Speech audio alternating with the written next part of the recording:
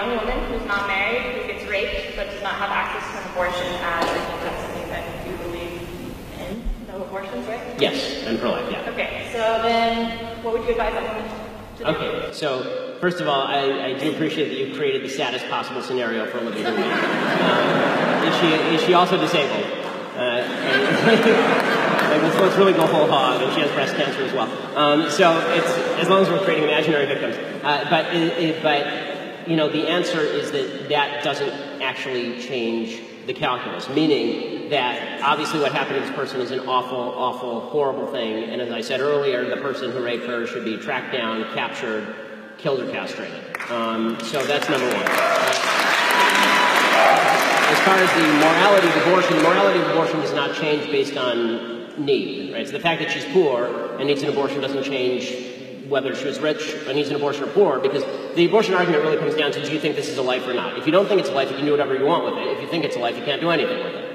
As far as what she does with the baby, that's up to her. You know, if it's obviously going to be an obvious economic burden, I would think that there are a lot of people out there like me who would give charity in order to try and help out somebody who's obviously in that sort of situation. And there are charities that exist for people like this to try and help out. And if you know of this woman, tell me her name. I'm happy to give her some money.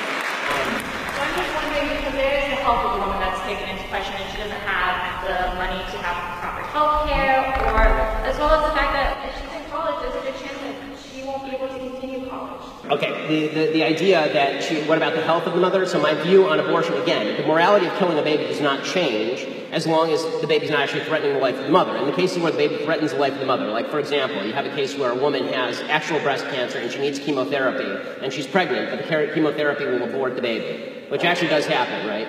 That is a case where the mother should, I think, be able to get the treatment. That's not the same thing as an abortion. So they're actually treating the mother for what she's got, and the byproduct of that is the baby is terminated, the baby's killed, basically. I do think that it's important to know two things. One, the solution to something horrible happening is not another horrible thing happening in the killing of a baby, which I think is actually horrible. And two, it's really not good to take the marginal case and then use that to argue broad. So what people tend to do is they say, well, what about the girl who's raped? What about her abortion case? So now let me ask you, if the girl weren't raped and she just got pregnant, would you think that she should still have access to an abortion? I do, because I think it's her body and I think it's her health. Right, so you're giving me an exceptional case in order to prove a rule that you don't actually want to defend. So if you just come up and ask me, do I think a woman should have an abortion, then we could actually have an argument about, or a discussion about in what cases an abortion was appropriate. But you always, this is what people on the pro-choice side, the anti-life side, actually do. What they actually do is they take the marginal case, they take the raped, woman who has a severe disability, and they say, this is all abortions. That's not all abortions. Significantly less than 1% of all abortions are performed on women who have been raped. So if you want to talk about the epidemic of abortion in the country, over 1 million abortions performed a year in the United States, let's talk about the other 99% of cases. When you are willing to agree with me that the other 99% of cases are not cases where abortion should be necessary, then I'm willing to have a discussion with you about compromise. But I don't think that's what you want. I think that you're just using the exceptional case in order to try and guilt me into supporting a broad-based abortion platform. These are two separate issues.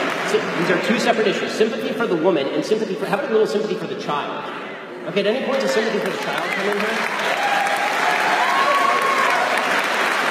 You say I'm not compromising. I'm the only one in this conversation who's expressed the willingness to take money out of my own pocket and put it in somebody else's. So have you donated to Planned Parenthood? What was that? Have you donated to Planned Parenthood? No, because they kill babies. No, they don't.